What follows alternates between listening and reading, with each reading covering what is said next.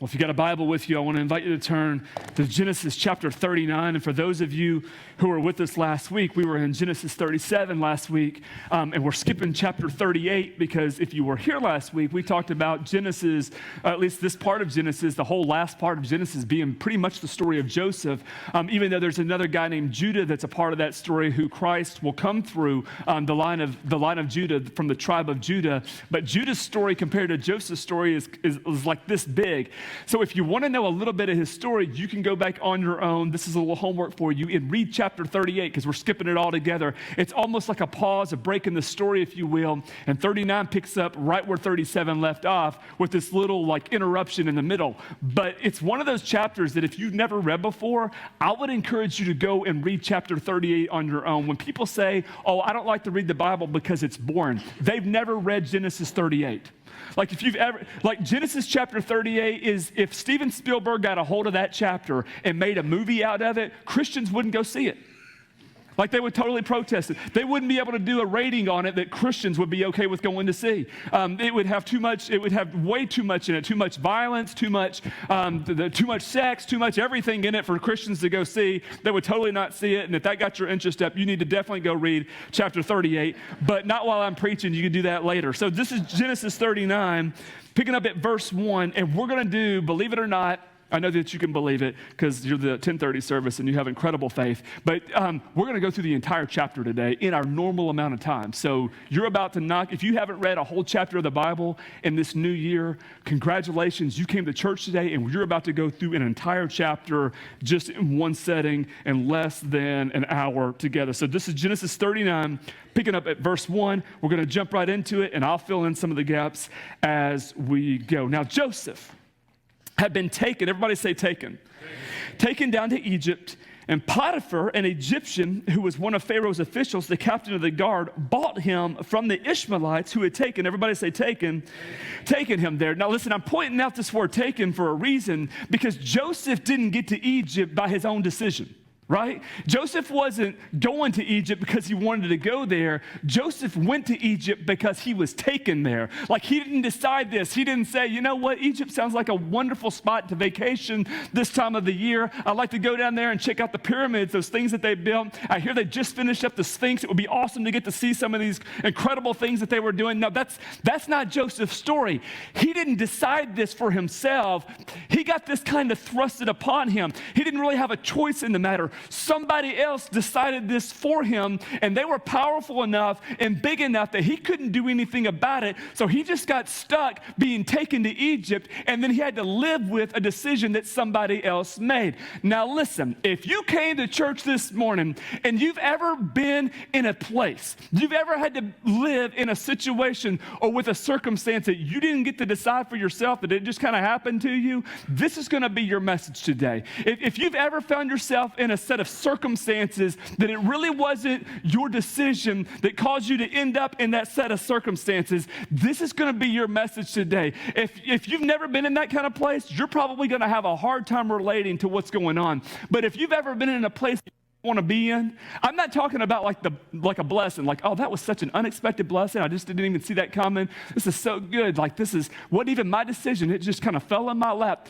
Not that kind of place. I'm talking about the place that ended up being a struggle. The kind of place that ended up pressing you in a lot of ways that you didn't want to be pushed on and pressed on in a moment. I'm talking about like the tough places. And if you've never been in that kind of situation, this really isn't going to be your message today. You'll have to come back some other time. We probably won't even talk to you next week. But for the real people that showed up at church today, this really will be a powerful word for you, because listen to me, it doesn't matter how you got there. It doesn't matter how you got where you are, whether it was your decision or somebody else's decision, regardless of where you find yourself right now, regardless of the place that you've ended up in, God's bigger. And I know that's so easy. Like, I know that is so simple. But you know how many people forget that powerful little truth? They get overwhelmed in the place that they end up in and forget that God is big enough and powerful enough and that he's with you. Joseph ends up being sold into slavery, not once, but twice, right? His brothers sold him to the Ishmaelites. Now the Ishmaelites have sold him to this guy named Potiphar, who happens to be really close to Pharaoh. As a matter of fact, he's commander of Pharaoh's guard, which means like that's the military guys that protect the Pharaoh. This is like Pharaoh's secret service, and this guy is in charge of Pharaoh's secret service. So he's pretty high up in the food chain, and he gets sold to them. And then check out verse 2. Here's what the scripture says next. The Lord was with Joseph so that, and actually, I just want to stop right there and I want to preach those 4 words for just a minute. The Lord was with Joseph, because this is powerful. Because when you look at it on the surface, it doesn't really look like the Lord was with Joseph. I mean, nobody gets sold into slavery and thinks, oh, the Lord's with me, right? It doesn't look like the Lord is with him.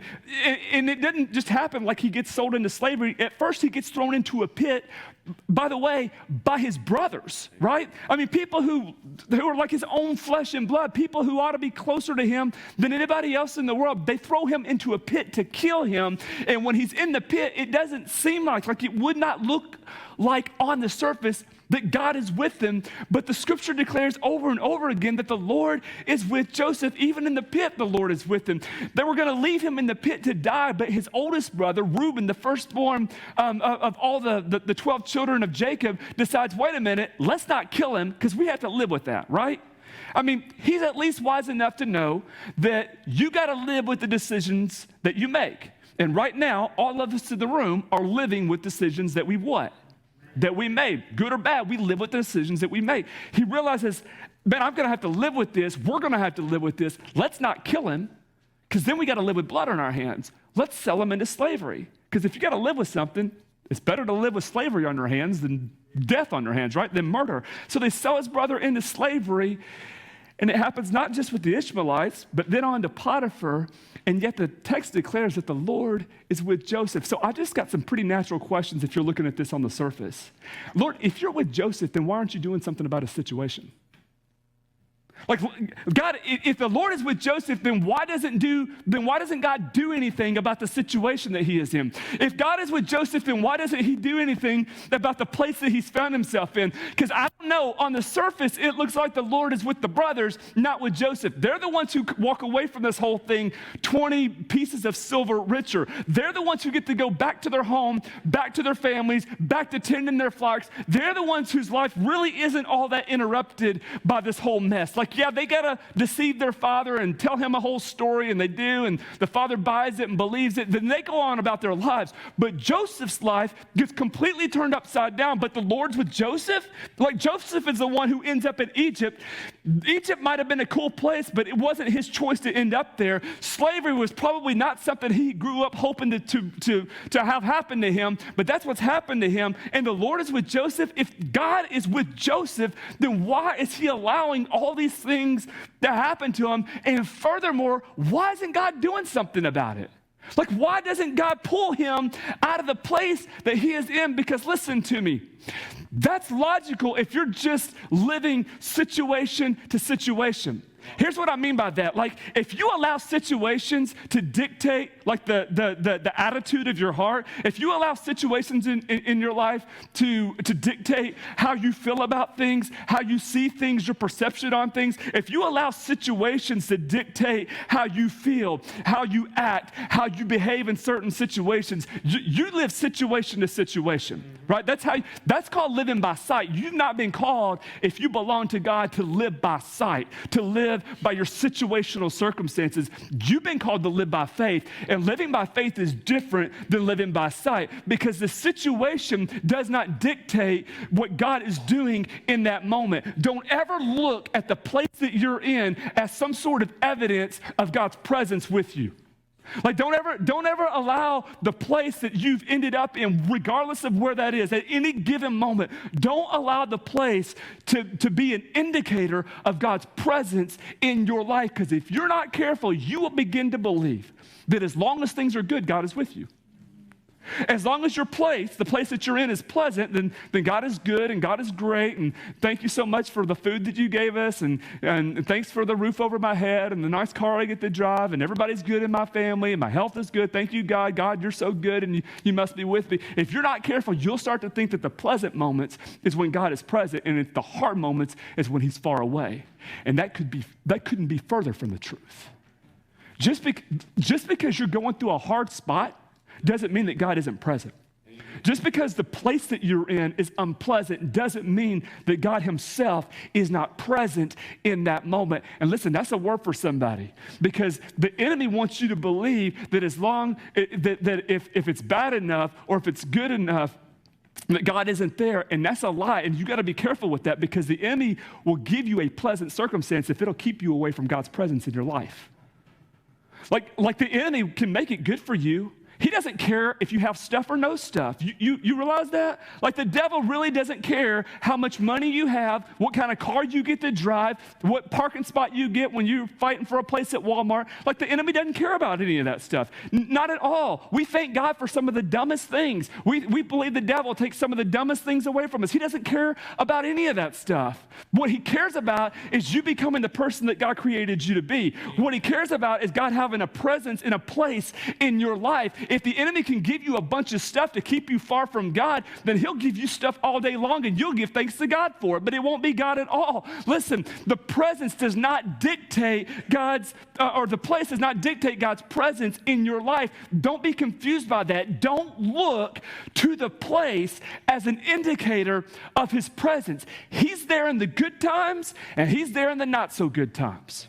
He's in there, he's there when things are easy, man, and he is there when things are hard. Amen. He's there when everything seems like it's going your way, and he is there when everything seems like it's going somebody else's way, and it's all coming against you. Man, God is present in both the good moments and the bad moments, the tough moments and the hard moments, and sometimes God himself is bringing on the hard moments to teach us something.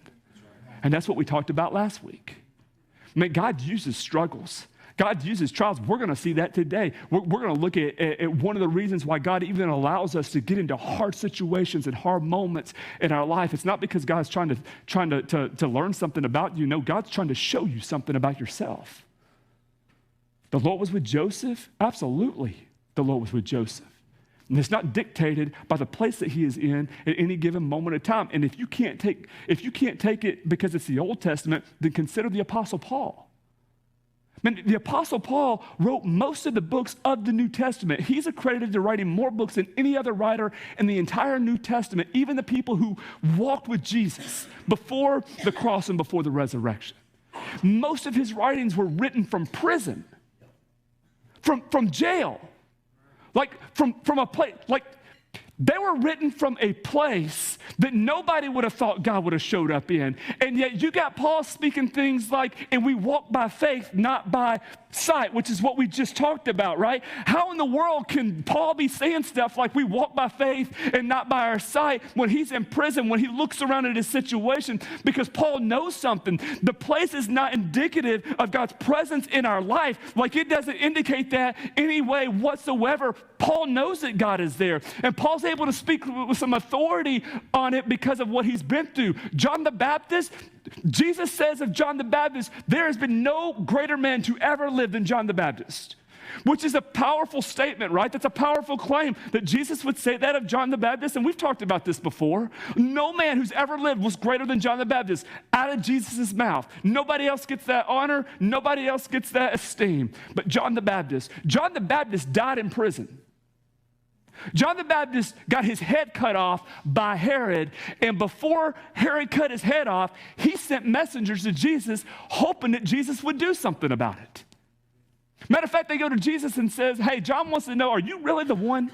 Are you really who you said you are? Because he thought you were the one, but right now it doesn't feel like you're the one. Like, he thought that you were the Son of God, and he told all those people that, and even some of our followers left us to follow you, but are you really who you say you are? Because right now, if you look at the place that John's in, if you look at his situation, he doesn't really feel like maybe you're the one. Like, he's got some questions, and Jesus says, man, you go back and tell John what you've seen and what you've heard.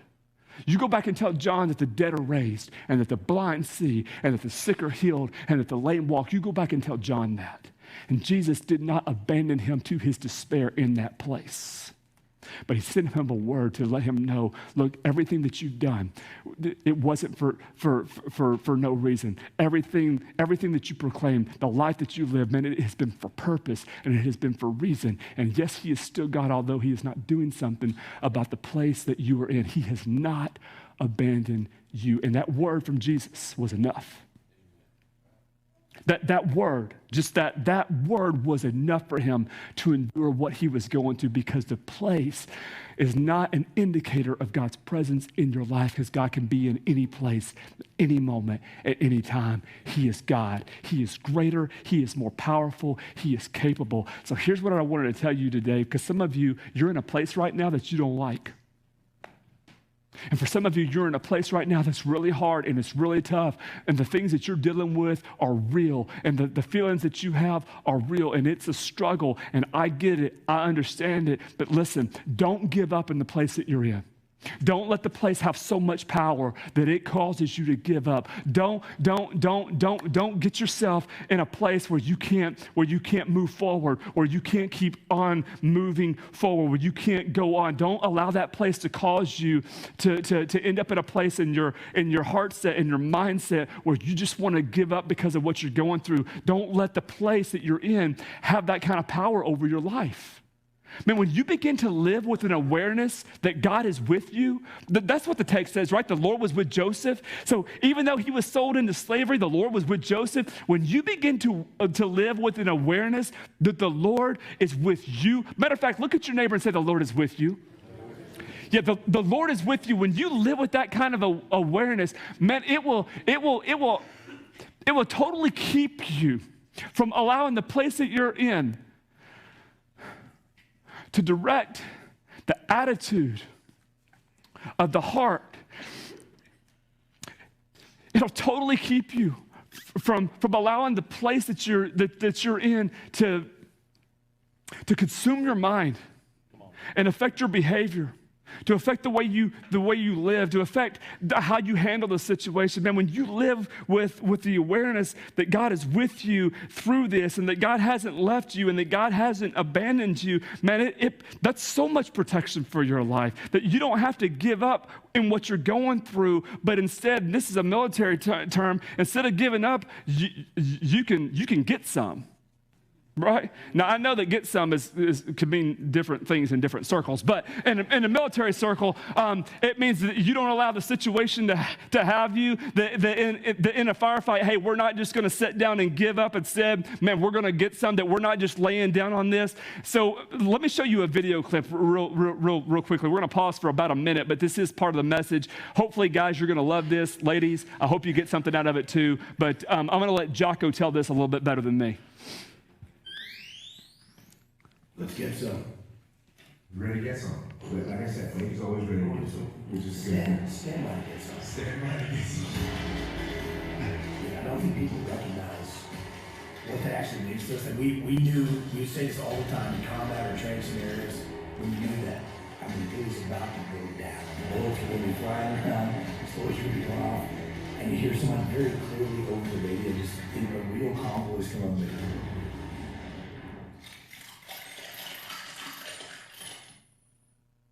Stand by to get some.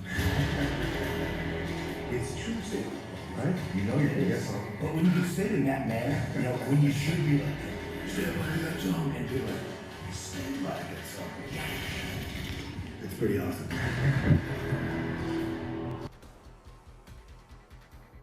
So I know that may not spoke to everybody, but I love the mindset, right? Because the mindset speaks to, man, you're in a situation and it's a bad situation and you should be losing your mind in this situation. But when you're able to be calm in a situation where you should be losing your mind, when you're able to be calm, even though fear ought to be gripping you and causing you to shut down, man, there's something powerful when you can sit in the middle of a place that you don't want to be in and say, you know what, I'm not giving up in this place, but I can stand up and get some in spite of what's going on. Like, I'm not going to allow what is trying to get me to have me, but I'm going to get some in spite of what's going on, right? So look at your neighbor and tell your neighbor real quick, don't give up, get some. Don't give up, get some. Yeah, don't give up. Don't give up. Get some. Man, live with that awareness that regardless of what is going on, man, God is with you and the Lord is with you and He is present in your life. And because God is with you, because God is present, the more that we begin to live with that awareness, the less we become compelled to allow that place, that situation to affect the attitude of our heart, right?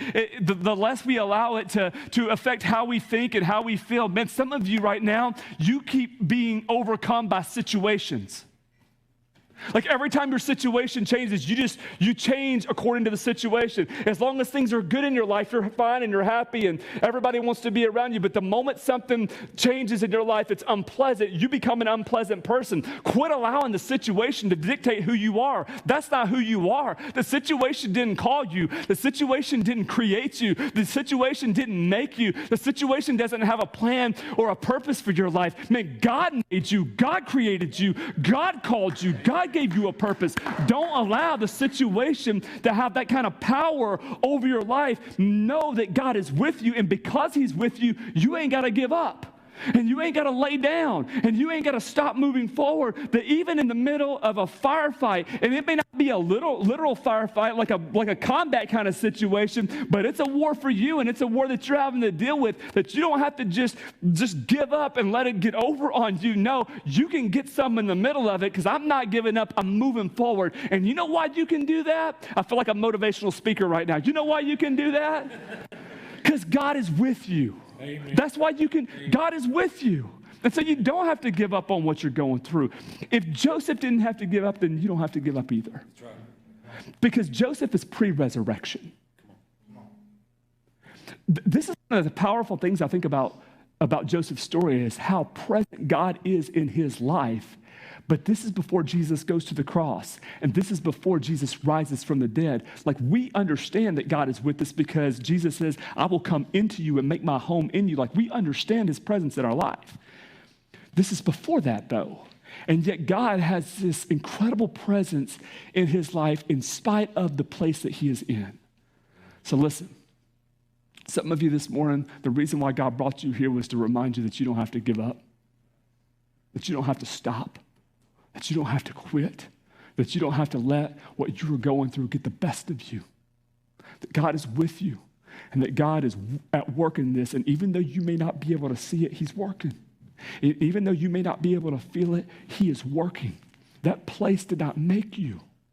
God will use the place to do something incredible in your life, but that place should not have power over you. Don't let the place have power over your life, and don't let the place be an indicator for God's presence. God's there. God's with you.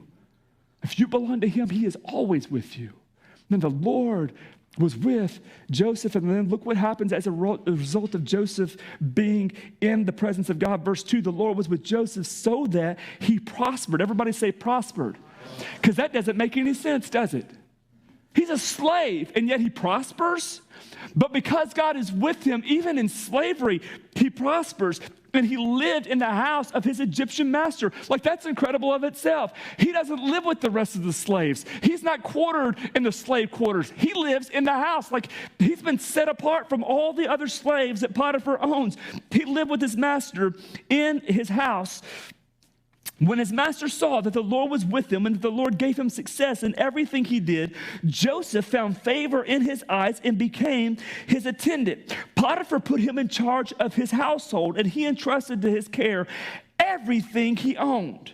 And from the time he put him in charge of his household and all that he owned, the Lord, and what's the word right there?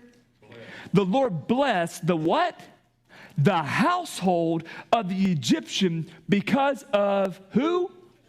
This is mind-blowing a little bit. God's blessing for Joseph isn't just contained to Joseph. Like, God with Joseph ends up having implications far beyond Joseph. God with Joseph ends up blessing Potiphar, his master, the guy who bought him and he's a slave to. That's crazy to me. That what God is doing in a slave's life is having a blessed effect on his master. And not just his master, but it says the whole household. Everybody in Potiphar's house gets blessed by this. His wife gets blessed by this, and she's not a kind woman. I wanted to use a word for her, but I don't know if it's a But I won't go there. We'll use a different word here later. But she's not a proper woman at all. But the Lord blesses her because of what God does in Joseph's life. And I don't know if they have kids or not, but he blesses like everything in the household. Livestock that he owns, fields that he owns. Man, God's blessing is on everything, not because Joseph is a magician, not because Joseph has this incredible work ethic and he's willing to get some and get after it and own where he is. No, man, he's blessed because of what? Because God is with him. Man, the Lord is with you, and that's not just for you. When God is with you, that's not just blessing for you, and it shouldn't be. And if you're keeping all the things that God is blessing you with to you, then you are missing out on one of the fundamental things of what it looks like to follow God. Amen. Like God doesn't just bless you for you, he blesses you for his purpose. And so God has him in a moment where he should be crushed in slavery, where he should be succumbing to this whole condition that he didn't choose for himself, but that's not what's happening. The Lord is with him, and he is blessing him in everything that he did. If Joseph's story would have been different, like if Joseph's story would have been, oh, he ended up at Pharaoh's house, and he watched the soldiers train, and he learned how to fight, and he learned how to use the weapons of Egypt, and he fought against his Egyptian slaveholders, and he won his freedom, and he got back to, like, we would go, that's an awesome story. That's incredible that he did that, and he killed some people and won his own freedom. But that's not his story. You know what else is in his story? And I think this is to me, this is what is probably most powerful about God's presence in his life. His story is also not, he became bitter and angry because of what happened to him. Like that would have been his story. We would have said, well, I get it.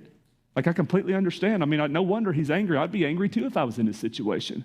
Oh, I'd be bitter too if I was in his situation. Oh, I'd be broken too if I was in his situation. I'd have shut down too if I was in his situation. But what comes out of Joseph in the moment is not bitterness, and it's not anger, and it's not jealousy, and it's not rage, and it's not fight to get over on the people who have gotten over on him. It's not brokenness. It's not an attitude of defeat. See, I'm bringing all this out because I'm wondering for some of you, what's your excuse? Because you're not a slave. Man, there are slaves in the world. That's what this red X is all about. That's what the red X on my shirt is all about. We're going to participate in a movement here in a few weeks to end slavery in the modern world. It's crazy that it exists anyways, but as followers of Jesus, we don't believe that slavery ought to exist. And if you're a follower of Jesus, you shouldn't believe that it exists either. And so we want to do something about bringing an end to that movement. That's why it's called the End It movement. But you're not a slave, so why are you so bitter? What are you so angry about? I mean, is it really worth being jealous of? You're looking at somebody else's life and comparing that to yours. You don't think that God can do something powerful in your life when he does it in theirs? I mean, he could have been bitter, and he could have been angry, and he could have been jealous, and he could have just shut down and gave up and said, you know what, I can't do anymore. I'm just 17 years old, and I've been sold into slavery, and this was just the hand I got dealt. But no, that's not what came out of Joseph, and that's not what Potiphar saw out of Joseph. You know what Potiphar saw out of Joseph? And this is what is probably most powerful to me about the story. Joseph saw that the Lord was with him. Potiphar saw that the Lord was with Joseph.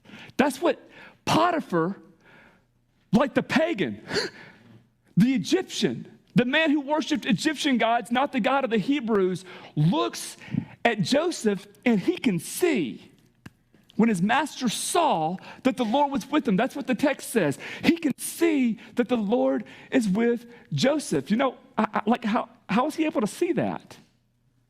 It doesn't say that he heard and believed it. He saw it. This is more than Joseph going around telling people that he belongs to the God of the Hebrews, and God is great, and God is good, and look at me, and you ought to believe in the God that I believe in. No, that's not what happens in this passage. What happens is that he's able to see that the God who created the heavens and the earth, the God of Joseph's fathers, Abraham, Isaac, and Jacob, is with him and is giving him success at everything he did. You know why he was able to see that? Because that's what was coming out of him. I want to talk about a principle this morning And it's a principle that we've talked about often here, but I hope that this morning, in the light of this story and the light of an illustration that I have for you this morning, that maybe you can see it in a different way, but it's real simple, and here it is. What's inside of you eventually comes out. Amen.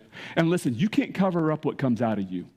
Like you can try to keep it a secret, you can try to hide it, but ultimately you cannot cover up what comes out of you. Whatever's in you, eventually it's going to come out. Usually this whole concept, this whole principle comes up in these kinds of situations. Somebody says something that we feel like is a little uncharacteristic or it was unexpected, and we're like, I don't know why they said that. I can't believe they said such a thing. You know why they said such a thing? Because it was in them. That's why they said such a thing. Or somebody will do something and you're like, man, I cannot believe they did that. It's just not like them. It's so uncharacteristic of them, but they did it. I don't understand why. You know why they did it?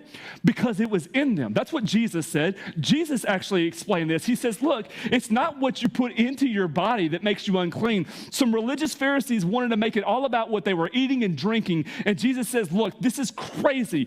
It's ludicrous for you to think that what you put into you makes you unclean. That's not what makes you unclean. That's not what creates problems in your life. What creates problems is what's in your heart. And when it comes from your heart and out of your mouth, that's what defiles you. That's what makes you unclean. That's what messes things up in your life. It's the stuff that's in you. It's the stuff that's a part of you that will eventually work its way out of you. That's what Jesus says is the thing that makes you unclean. So listen, you ought to know what's in you.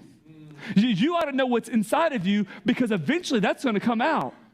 And it may, if you're not careful, come out on the people that you love the most and end up causing damage that you don't even know how to get around. Whatever's inside of you eventually comes out. So I want to illustrate it this morning with a sponge and some water, because the sponge is not a complicated thing. It's real simple. If there's nothing in the sponge, nothing comes out. Amen. Y'all following? Everybody writing notes? Okay. When there's nothing in the sponge, the thing, so I guess here's a little side note about the sponge. The way you get what's in the sponge out is pressure. Right? If we were able to pour something in here and you not see what it was, you would have no idea, even the color of the substance, even if you didn't know what the substance was, the color of it, until pressure was applied and it actually came out, right? Because that's the nature of a sponge. It's made to hold moisture. It's made to hold liquid. This particular sponge is actually made to wash cars. But here's another interesting point about a sponge.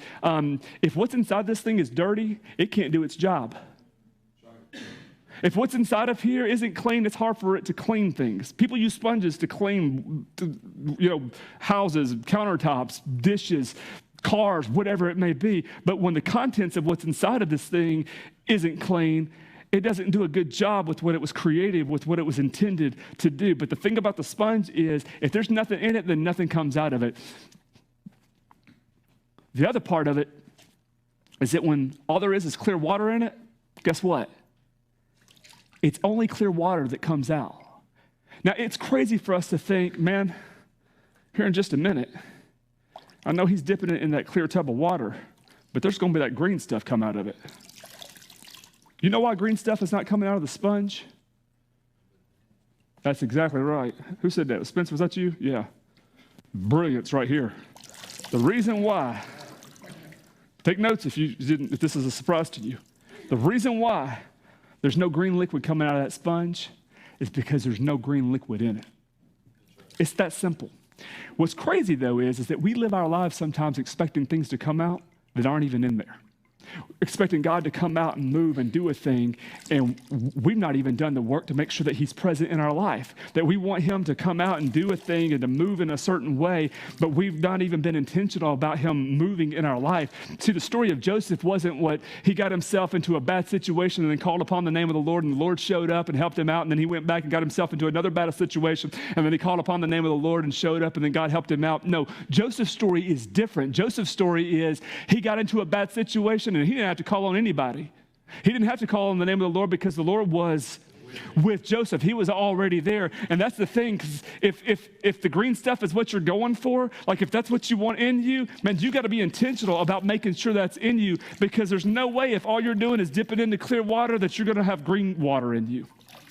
If you want the green water in you, you got to go to the green water. And again, I know this is such a simple, elementary illustration. I mean, anybody can get this. But that's the thing. I mean, you can know that the green water is going to come out of the sponge when I dip it in the green water because you were there. You observed it happen. You know what's in it. And some people, we act surprised when it comes out of us because we had no idea what was in us. You ought to know what's inside of you because when a moment hits and you come under pressure, what's inside of you comes out. As a matter of fact, that's why God allows us to go through trials. That's why God will use trials and struggles and mountains and storms and valleys and whatever other metaphor that you like to use for when you're going through a hard moment. God uses those moments to, guess what? Reveal what's inside of your heart. That's what 2 Chronicles 32 and Deuteronomy chapter 8 both speak to this principle. God uses the struggle. He uses the trial. He uses the mountain. He uses the storm. He uses the valley. He uses the dark places and the dry places, not so that he can know what's in your heart. God already knows what's in your heart, but to reveal it, to make it known. That's why you ought to pay attention when you're going through hard places. That's why you ought to pay attention when you're getting road rage on the road. I found a little in myself yesterday. I don't know what it was, but everybody in Bowling Green couldn't drive. But when you get into frustrating situations, all of a sudden what's inside of you starts to come out. Man, pay attention to that. And if you don't like what's inside of you, you should do something about that. Matter of fact, you should allow God to do something about that. The reason why Potiphar is able to see that the Lord is with Joseph is because that's who was in him. Like God was inside of Joseph. And so when the pressure of slavery came on him, he couldn't help but to see God with him because that's what was inside of him. But that didn't get there in that moment. That was already there before the pressure was applied. And I wonder if sometimes we have this expectation for God to do miracles in our life and for God to just come out when the pressure gets on. And yet we've not even been intentional about his presence in our life leading up to that point. See, this is why you ought to spend time with Jesus every day. This is why you ought to spend time understanding who he is and the love that he has for you and his relentless love for your life. This is one of the many reasons why, right? Like if for no other reason you ought to do this, just so that you're aware of his presence in your life, because it's in the moments when the pressure is added, it's in the moments of slavery. Like it's easy to look at all this success that's happening into Joseph and forget it's happening in the context of slavery. Joseph didn't move to Egypt and find a job. Joseph got sold into slavery. And in the slavery, it's discovered that the Lord was with him. And the blessing of that pours out not just on Joseph, but on the entire household of Potiphar. And look at the next part of verse 5. It says, the blessing of the Lord was on everything Potiphar had, both in the house and in the field. So Potiphar left everything he had in Joseph's care. With Joseph in charge, he didn't concern himself with anything except the food he ate. I mean, how many of us could use a little Joseph in our life? Like that you didn't have to worry about anything except for what you ate? It would be like being a movie star. He didn't have to concern himself with anything. Like people were just taking care of everything in Potiphar's life, and his name was Joseph. Now, Joseph was well-built and handsome. Somebody say, uh-oh. Yeah, you're about to find out what it's like to be me, well-built and handsome. So now Joseph was well-built and handsome. See, handsome people like me, we have problems that other people don't have. When you're well-built, like you just have to deal with things that other people don't have to deal with from time to time. Not that I've ever had to deal with this situation, but it gets bad for Joseph. Like look at your neighbor and say, handsome people problems. Yeah, this is handsome people problems.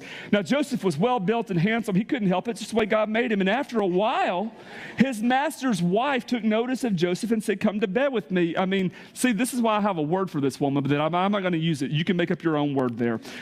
She's pretty straightforward, but he refused.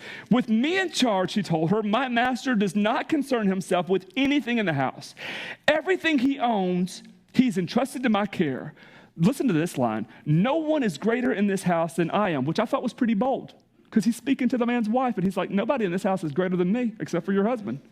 Like, I'm greater than you, woman. So than I am. My master has withheld nothing from me except you because you are his wife. How then could I do such a wicked thing and sin against God? And though she spoke to Joseph day after day, he refused to go to bed with her or even be with her. So now we're talking about temptation. And temptation is a form of pressure, right? It's just different. Here's the thing you need to know about temptation. Temptation in and of itself is not sin, right? You can be tempted and not sin. The scripture says that Jesus was tempted in every way, but no sin was found in him. So temptation in and of itself isn't sin. Temptation is just the pressure. What you do under the pressure, what you do with the temptation dictates whether or not it's sin or not. And Joseph is being sought after, like day after day. I mean, the woman, she's not even, covert about it. Like, she just flat out, straight up says, hey, come to bed with me. And Joseph's like, no, that's weird. I can't do that. And then she doesn't stop. And then he's continually having to push her away and say no. And just look at your neighbor real quick and say, no means no. Yeah, no means no. No means no. And it's a hard world for us handsome people, but he has to, stay on and say, no, no. And she keeps pursuing him day after day. I mean, can you imagine? And listen, what if he decided to sleep with her at this moment? Like, who would blame him? Like, get over, Joseph. Yeah, your brothers left you for dead. They sold you into slavery, and you've been sold into slavery twice. And whatever you can do, like, get over on your slave master. I mean, he's been getting over on you. You've been running all of his household, and he's been blessed because of your life. Yeah, I can understand how you got to where you are, but he won't do it. Like, there's something in him that keeps him from stepping into the temptation that's been set before him. Like, there's pressure on his life, and if he would have fallen into it, maybe some of us could have been like, well, I mean, yeah, I don't agree with it at all, but I could see how he got there. Yeah, I know it's not the right thing to do, but I could see how he ended up in the place that he ended up in. Here's the crazy thing about the story. This is just a little bit of extra for those of you who care. This is before Moses. And because it's before Moses, it means it's before the what? The law, the commandments. There is no law from God, no 10 commandments hanging on the courthouse in Cairo that says thou shalt not commit adultery. The law's not there yet. Matter of fact, and it's not just 10. We just say 10 commandments and take God's law and try to break it down to that. There's 613 of them. And not one of them has been administered by God through Moses at this time. As a matter of fact, it's not coming for another 500, maybe 600 years. So how in the world does Joseph even believe that what he could do is sin? How does he know if there is no law to tell him what the sin is? How does he know if there is no rule against it? Because how many of you all have ever been in a situation and there really wasn't a rule for it? There wasn't an explicit law, but something didn't feel right? Like you knew it was wrong. Something inside of you was telling you, okay, there's something off about this. There's red lights flashing in your head and red flags waving. And it's like, hold on, stop. This is a horrible idea. Don't do this. Don't ignore this. You're ignoring this. Stop ignoring this right now. Like something is not right. You didn't need a law. You didn't need a rule. You didn't need any of that to tell you what you were about to walk into, what you were about to do, what you were about to say was wrong. You just knew it. It was already inside of you. It's like you were created that way. Like Joseph knew it, but there was no law to tell him that it was wrong. He knew it. How did he know that? Because God has created every one of us with it inside of us. We already know it. We instinctively know it. I spent my Friday afternoon for about 2 hours on Friday afternoon, like 1 hour and 55 minutes, I think, to be exact. That's when I hung up the phone. I've been on a phone with a soldier for an hour and 55 minutes. Prior to that hour and 55 minutes, he had been on the phone with an NCO, which was one of his friends, a non-commissioned officer that he had called, and he'd been on the phone with him for an hour and a half. When he called, I don't know exactly how the conversation was started off or whatever, but it had to be something along these lines that basically, hey, I'm about to kill myself, and I don't want the guy who I'm renting from to find me in 4 or 5 days and not realize I was there. So I'm just calling to let you know that this was about to happen. Here's how serious the guy is. So eventually, into this phone call, another one of my soldiers who goes to church here sends me a text message and says, hey, just give you a heads up, there's like a suicide kind of situation going on with a soldier right now, and I think they're going to try to bring you into it. And I'm like, yeah, no problem. I've got my phone with me, so just whatever you guys need. And probably 30 minutes later, I get the phone call. And he introduces himself. He's like, hey, I'm about to merge the calls. We're all three going to be on the phone together. Here's what's going on. Can you just, can you give some sort of help with the situation? So I enter into the conversation and find out through the conversation, because now his buddy that called me, the staff sergeant, is texting me and says, hey, he is suicidal. He does have a plan. And in the military, they want you to ask both of those questions, like just blatant out front, just like Potiphar's wife is out front with Joseph. Hey, do you want to go to bed with me? Like, you ask them straight up, are you suicidal? And then you ask, do you have a plan? Because then you get an answer, yes or no, and you know for sure what you're dealing with. So I'm asking the situation, what happened to get us here? He's walking me through it. Are you suicidal? Yes, I am. Do you have a plan? Yep, I've got a gun in my hand right now. He said, I've got my headphones in, I've got a gun in one hand, and I've got an e-cigarette in the other, and I'm just talking to y'all. And he goes, and that's how I find out that he made a phone call, because he wanted somebody to know, but this is taking longer than he had planned on. And so instead of his buddy just hanging up the phone with him, he decided to stay on the phone and said, hey, wait a minute, maybe your life is worth living here. Let's not just give up just yet. Hour and a half into the conversation, they bring me into it. And now I'm figuring out kind of what's going on. And I learned very quickly, because I want to know. They call me, I'm a pastor, right? I'm a chaplain. I'm a Christian chaplain in the military. So the way I deal with things is through the lens of faith. So I said, are you a believer? Like, are you a person of faith? And he says, no, I'm agnostic. I'm like, okay. So I'm trying to find things worth living for. It's easy if you're a person of faith. Like, that's an easy sell to make of why you shouldn't in your life. But when you claim to be agnostic, man, it's hard to come up with a reason for living. Here's how hard it is. So as he's telling his story about what happened, and the story is just, like, he tells me the story, and I said, look, I don't want to belittle what you're going through at all. And I don't want to try to minimize your feelings of what you're feeling. But you're 28 years old.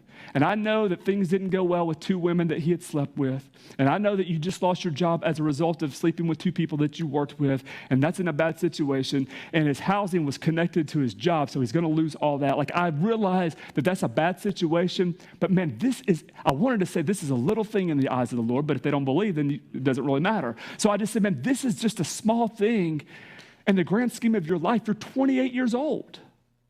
But he couldn't believe that. He didn't want to believe that. He couldn't hear that. And in the course of a conversation, he was like, well, you just don't understand. There's so much more to this. I've gone through a divorce. So he's 28 years old, and he's gone through a divorce just a couple of years earlier. He's like, I've got a 5-year-old son that I haven't seen since August. And at that point, I was like, okay, wait a minute. You're telling me you got a 5-year-old son? Dude, that's your reason for living right there. Like, that's, like, why? Like, if there's no other reason to live, a 5-year-old son, that's everything worth living. Like he should be enough. You shouldn't even be here in this moment trying to figure out what's next. You got a 5-year-old who needs to grow up with his daddy. I mean, take faith out of it. Statistically, children do better when the father is present in their life, when the father is active in their life. And I said, isn't he worth living for? And his response was, well, I don't know if he's really worth it. I mean, and he starts talking about how much, sorry, I choose some words here. I was going to quote what he said, how miserable his wife was making his life, and didn't know that he could put up with the misery for the sake of his son. And I was like, man, look, I got a 3-year-old, and I'm telling you, if I was in your situation, man, you couldn't stop me from being a part of my son's life. Like, you couldn't do enough to keep me out of it. So I'm having a hard time, figuring out how to move this guy forward and how to get him to put the gun down. Because his plan is that when we get off the phone, he's going to pull the trigger. But at least someone will know where to find him, which is interesting in and of itself that he cares that someone knows where to find him. So an hour and a half into my hour and 55-minute conversation, and this is the point of why I'm telling you this story, he says, hey, I'm getting a phone call. Can I put you guys on hold? Yeah, that's what you do in a suicidal situation. Yeah, sure, we'll be right here, buddy. We're cool. Like, he gets off, and the other guy, the sergeant on the other end, he's like, hey, sir, you still there? And I'm like, yeah, I'm here. I was like, hey, I think maybe we're making some progress at this point, because at that point, we had established, I asked him, I was like, okay, dude, on a scale of 0 to 10, 10 means my life is awesome. I wouldn't change anything. 0 means I want to end my life right now. I already know where you're at. I'm not going to ask you the question. You're at a 0, right? What's it going to take to get you to 1? What's got to happen to move you off the I'm going to take my life when we hang up this phone? What's it going to take to get you to 1 and put the gun down? I mean, this guy's a couple hundred miles away, so I'm not going to be able to get to him easily and quickly. What's it going to take? And he'd come up with this idea, job. Okay, hold on. Your 5-year-old isn't reason enough to keep living, but if you had a job, I mean, you want to talk about living situational? Situation to situation. See, the problem with living for the situation, the problem with living for the circumstance, the problem with living for the moment is that the moment the situation changes, the moment that the circumstance changes, so does your heart, so does your mindset, so does your life. When you are living situation to situation, the situation begins to dictate your quality of life and your quantity of life. But that's what he came up with. So he puts us on hold and we're talking about it. And we're like, okay, well, at least we're moving somewhere. Let's find this guy a job. And we're trying to scheme while we're on hold for like 5 minutes of how we can find this guy a job. He gets back on the phone and says, hey, you're not going to believe this. And I'm like, oh, yes, I am going to believe this. Hey, you're not going to believe this. But the guy I'm just talking to, man, he just offered me a job. I'm like, what? Are you kidding me? And he goes on, about the job that he was just offered. And he doesn't tell the guy. I hope he didn't tell the guy. I didn't feel like he told the guy, hey, I got a gun in my head. I'm looking for a job. Like, I don't think he did that. But he got offered a job. And so I said, are you kidding me, man? That's incredible, man. That's a coincidence right there. And he gets quiet. And he goes, oh, I see what you're trying to do, sir. But with all due respect, now listen to this. But with all due respect, he said, I don't see how the situation that I've gotten myself into would warrant any response that God would bless me. And I'm trying to be PG with this because he had slept with 2 women that caused him a lot of issues. One of them that they had both convinced themselves was just sex, it's no strings attached. And everybody knows it's never just sex with no strings attached. But that's the lie that he believed and became convinced of. And so he stepped into that one. And the other relationship he wanted something with because he's apparently been alone for a while, but then it didn't pan out. So when that didn't pan out, and then the boss found out that he had been sleeping with 2 employees, he lost his job and therefore was going to lose his housing. Listen, he couldn't understand that how he could do all those things and somehow God would work it. Remember the song we just sang? That God can turn things for good. Man, he can turn what was meant for evil to good, but he can also turn your bad decisions for good. But he couldn't believe that. But here's the point of the story. Who told him that? He's agnostic. Why was that a bad idea? Why was it a bad thing to sleep with 2 women that wasn't his wife? Why was that a bad thing? Why was it bad that he lost his job because he didn't follow the rules at work? I mean, if you're agnostic, if you don't follow God, if you don't have any faith in Jesus, man, who told you that you messed up? Who told you that you sinned? Who gave you the frame of reference that you could do these kinds of things and that somehow God wouldn't bless you? But by the way, you don't believe that there is a God. How did he know that? Because it's in him. Right? It's the way we've been created. Joseph didn't need a law. Joseph's relationship with his heavenly Father was so profound. It was so prolific. There was so much substance to that relationship that Joseph didn't want to do anything to jeopardize what he had with his heavenly Father. He didn't want to jeopardize the trust he had with his master, but most importantly, he didn't want to jeopardize the faith, the relationship that he had with his heavenly Father. That was his reason, not because he would lose everything. His reason was, how could I do such a wicked thing and sin against God? Why did he think it was a sin? Why did he know that? Because there was something in him. He didn't want to jeopardize the relationship. He loved God so much that he wasn't willing to cross the line and jeopardize the status of that relationship. Man, this is another reason why you ought to spend time with God every day. Because the more you understand his love for your life, the more his love for you is a reality in your life. I know this is going to be a really hard thing to hear, but lean forward to receive this. The more you love God, the less you will sin. The more you love him, I didn't say that you would become sinless. No one is sinless but Christ Jesus our Lord. No one is without sin.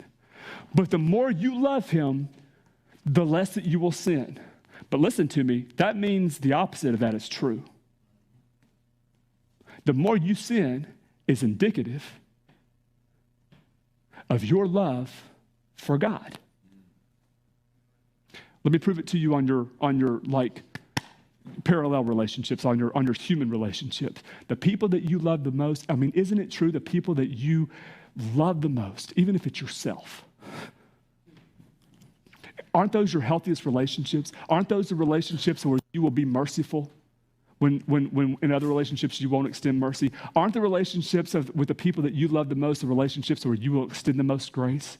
Aren't the relationships with people that you love the most the relationships where you will be kind when nobody else would be kind? Where you will seek to make peace when everybody else will try to start a fight and start a war? I mean, isn't that true of the relationships that are the healthiest in your life where you love them the most? Because you don't want to lie to the people that you love, and you don't want to hurt the people that you love, and you want to make allowances for sin in people's lives of the people that you love. I mean, if that's true in your person-to-person relationships, then how much more true is it with our relationship with our Heavenly Father? See, the more we understand, the more we are convinced of his love for us, his relentless love for us, it doesn't make us sinless. I mean, we're still going to mess up, and we're going to have moments where we fall, and we have to deal with the consequences of those things. But I'm telling you, the more you love God, the less you will sin. The more you understand his love for you, the less you're willing just to cross the line and go, well, you know what? Well, God loves me, because you don't do that with your personal relationships.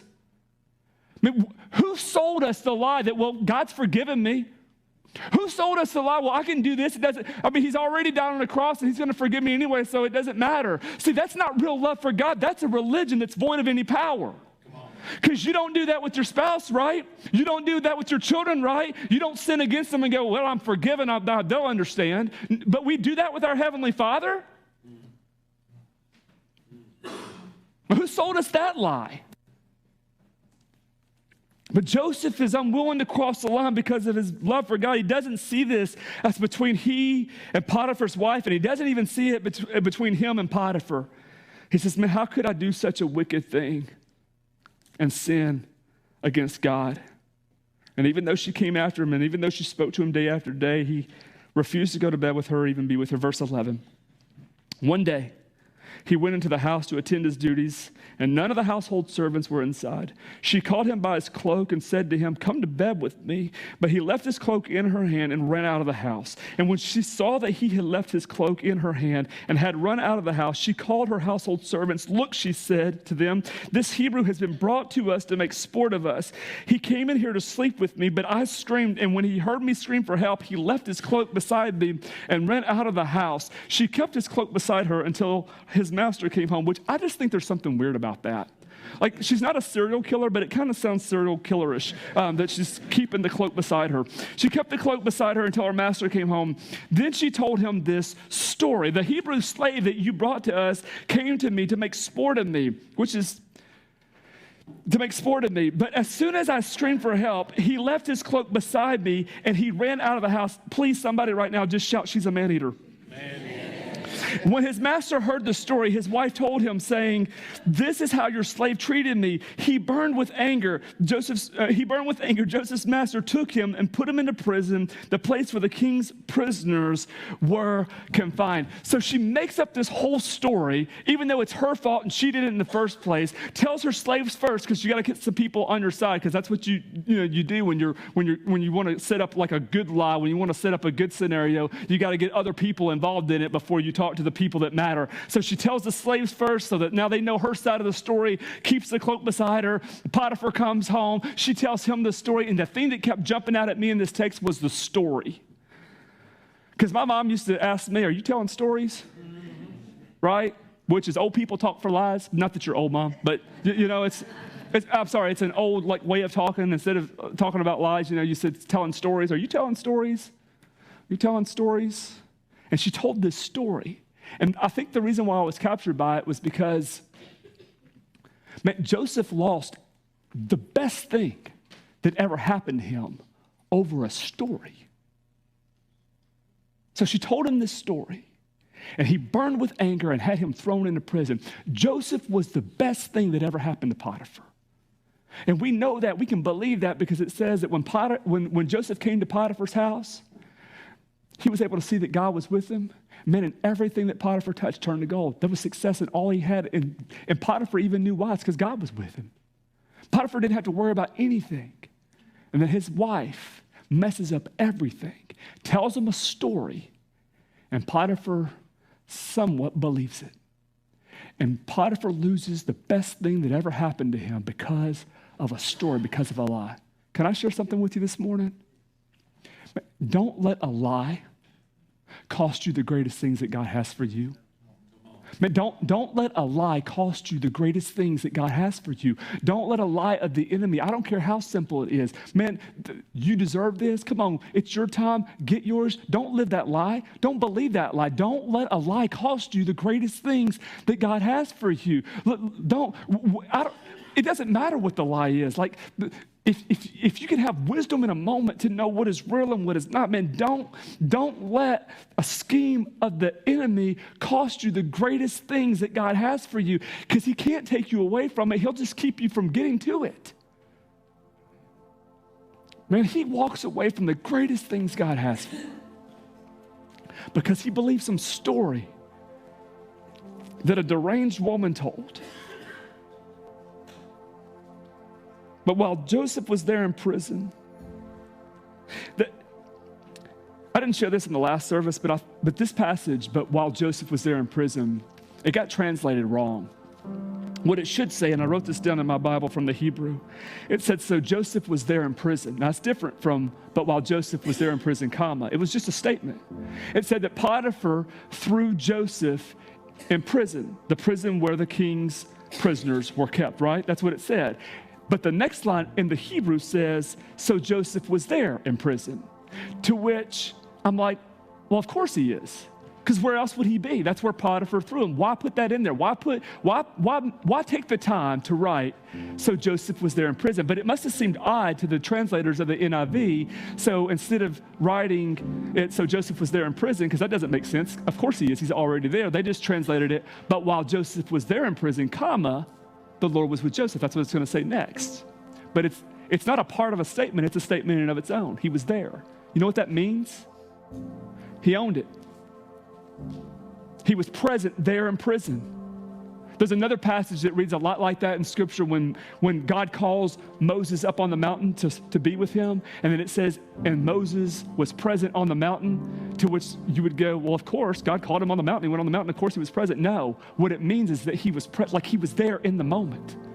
He was able to own the moment. He was able to be present there in prison. He wasn't allowing this new place that he's ended up in to shut him down and to overcome him. He was able to be present there because Joseph knows who's with him. He knows what's in him. It's already there. He didn't have to try to find this power after the fact. No, God is already with him. But while Joseph was there in prison, so Joseph was there in prison, the Lord was with him, and he showed him kindness and granted him favor in the eyes of the prison warden, so that the warden put Joseph in charge of all those held in the prison, and he was made responsible for all that was done there.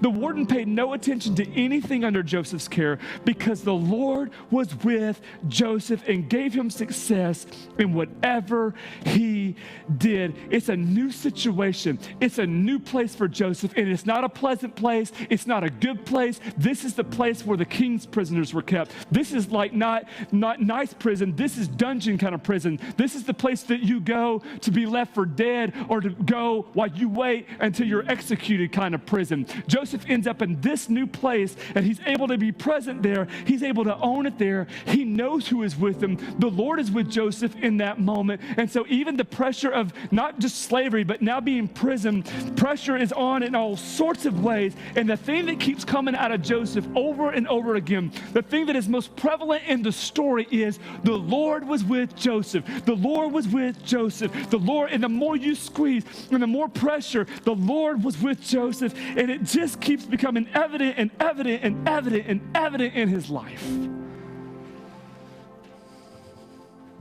What could have come out of Joseph was rebellion. What could have come out of Joseph was anger. What could have come out of Joseph was brokenness. What could have come out of Joseph, but you name it, we wouldn't have blamed him. For what he's been through, how could you blame a guy? But that's not what came out. It wasn't rebellion, but it was resurrection. You know why I want to call it resurrection, even though that may seem odd for this story? Because he has new life.